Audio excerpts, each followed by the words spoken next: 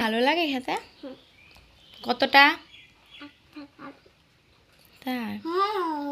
ও মানে এই দেখো আম প্রেমী মানুষ, খুব আম খায়, দিনে রাতে মানে অল টাইম শুধু আমই খায়। এখানে দেখো কেটে নিয়ে বসে পড়েছি দুজনাতে। আমি যেহেতু আম খেতে খুবই ভালোবাসি, তো আমার ছেলেও তার জন্য মানে আম খেতে খুব ভালোবাসে, তাই না বাবা?